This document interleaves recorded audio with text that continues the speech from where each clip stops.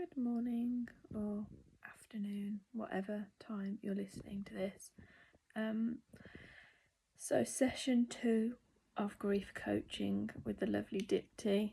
And today was very much like a lesson around what grief is and our belief systems and some of the resistance that we might have to learning. And one of the things I did realise is that I definitely have been procrastinating slightly and not wanting to journal because of how uncomfortable last week felt. I suppose you put up this wall that you don't want to feel like that every time you think about it or do any work around it. So I should have been journaling but haven't been, so I've been putting that off. And I think what I've done is said, right, Tuesdays is my grief day because I've got Dipti's session and then I've not allowed myself to have any time in between that to do any work. But really, in reality, when I'm not working with Dipti, I have to find a way to live with it and to deal with it as it comes up rather than ignoring it and then it feeling so much more uncomfortable later. So I did put a post on Facebook yesterday about grief is not going anywhere, so I need to learn to be friends with it. And what that looks like at the moment, I'm not entirely sure, but we will see, won't we? So one of the interesting things that we were talking about was when we are flicking between being in the past and being in the future and not spending enough time in the present. And one of the things about being in the present is listening to our heart, listening to our gut, our intuition, whatever you want to call it. We can't do that when we're thinking about the past. We can't do that when we're thinking about the future. So the only thing that we can do is to try and be more present. And I do remember at the beginning of my journey when it all happened and I wasn't really going out, it felt so uncomfortable. But actually the present was so brilliant comfortable. The future, the reality of it all was uncomfortable. But as soon as I started going back out and doing things and being present and being there for the children, dropping them off to school, I did start to feel more normal. And I suppose I've been thinking that that's a distraction and that I shouldn't be doing that. But actually it is life, isn't it? We have to get on with things. But I just found today really interesting to just recognise that pattern that we're going from thinking about the past to thinking about the future.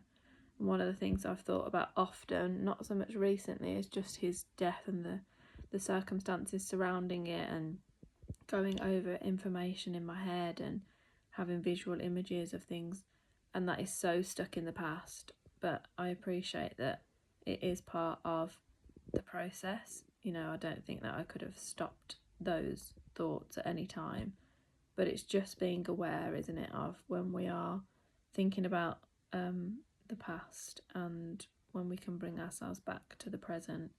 And one of the things in terms of like the future was, I remember when he first passed away, I just had this awful feeling that I have to go through this again at some point. You know, I'll lose other family members and friends at some point, so at some point in my life I'm going to have to feel this again and I don't want to. And it was just that awful dread of having that again, and also just this awful feeling that my children have got to go through this as well with parents, and it's just horrible. So again, it's just not like criticizing yourself or being unkind to yourself. It's just recognizing that those are the places that you're at, and the way to get back from all of this is to just come back to being present.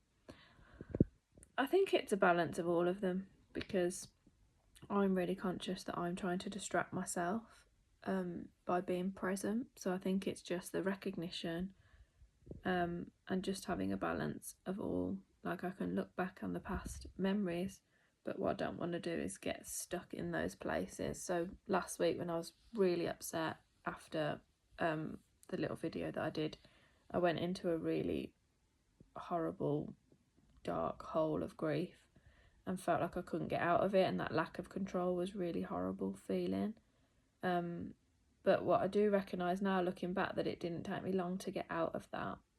And again, it was being around the children, watching something on telly and just being in the moment. rather than getting stuck in that feeling. So it's always about balance, isn't it? I use this word so much, but it is about balance and just self-awareness, recognising how we're feeling, being kind to ourselves. Like I actually described last Tuesday to Dipti as a meltdown, and then as soon as I said it, she said it's not a meltdown though, is it? It's just grief. And that's so true. So sometimes it's just the language we're using around some of the things that we're talking about. So yes, I feel like after last Tuesday I do feel lighter, and I think it's because I've got that support of somebody like holding my hand during this and not having to deal with it on my own.